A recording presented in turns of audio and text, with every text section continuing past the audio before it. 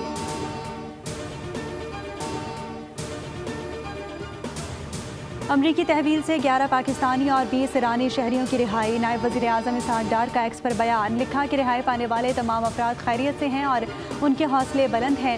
تمام افراد سنگاپور سے بینکاک پہنچ چکے ہیں، جلد اسلام آباد پہنچ جائیں گے۔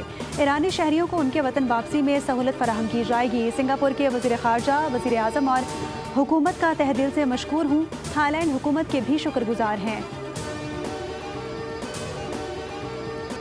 وزیر اعظم شہباز شریف سے چینی کاروباری وفد کی ملاقات۔ IBI گروپ پاکستان میں ڈیجیٹل ہیڈ کوارٹرز قائم کرے گا۔ وزیر اعظم نے چینی سرمایہ کاری کا خیر مقدم کرتے ہوئے کہا، پاکستان اور چین کے معاشی تعاون میں مزید پیش رفت ہو رہی ہے۔ IBI گروپ نے پاکستانی معیشت پر اعتماد کا اظہار کیا اور SMEs کو چینی مارکیٹ تک رسائی دینے کا اعلان کیا۔ پاکستان اور چین کے درمیان تاریخی تعلقات ہیں۔ وزیر اعظم رواں ماہ چین کے دورے پر جائیں گے۔ چینی صدر شی جن پنگ اور اہم منصب لی چیانگ سے ملاقات بھی ہوگی۔ وزیر اعظم امریکہ ایران مذاکرات میں اب تک کی پیش رفت اور پاکستان کے کردار پر چینی قیادت کو اعتماد میں لیں گے۔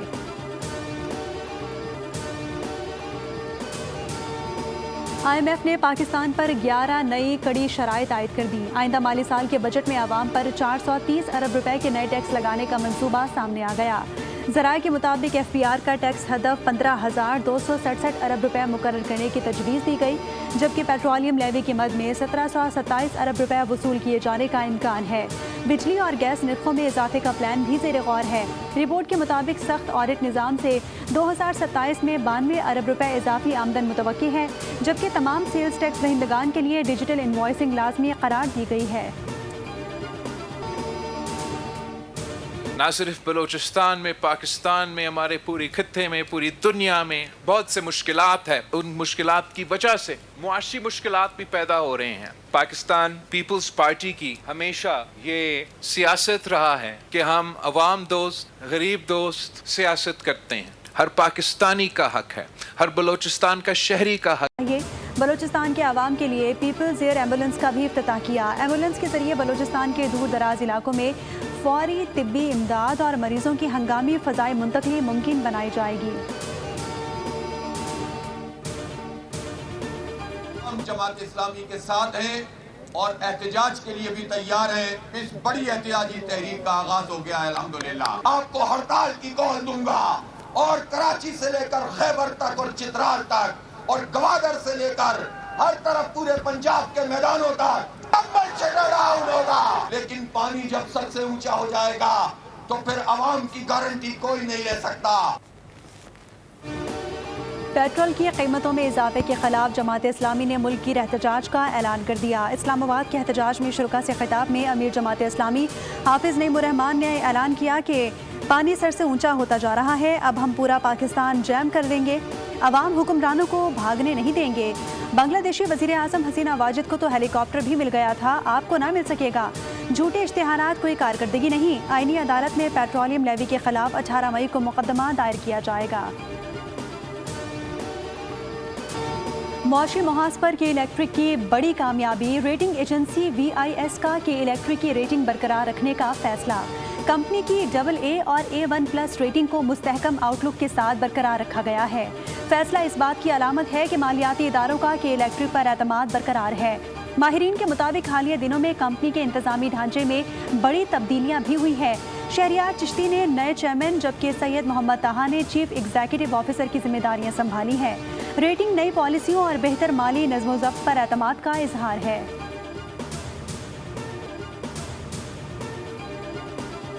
فارماسیوٹیکل کمپنیز کی منمانی سے ادویات کی قیمتوں میں 200% سے زائد اضافہ ریکارڈ۔ جان بچانے والی ادویات عام آدمی کی پہنچ سے دور ہو گئی۔ ہائی بلڈ پریشر، شوگر، امراض قلب، دماغی امراض اور اینٹی بایوٹک سمیت بنیادی علاج کی ادویات قابو سے باہر ہو گئیں۔ عوام نے حکومت سے فارما کمپنیوں کو لگام ڈالنے اور ادویات کی قیمتوں پر قابو پانے کا مطالبہ کر دیا۔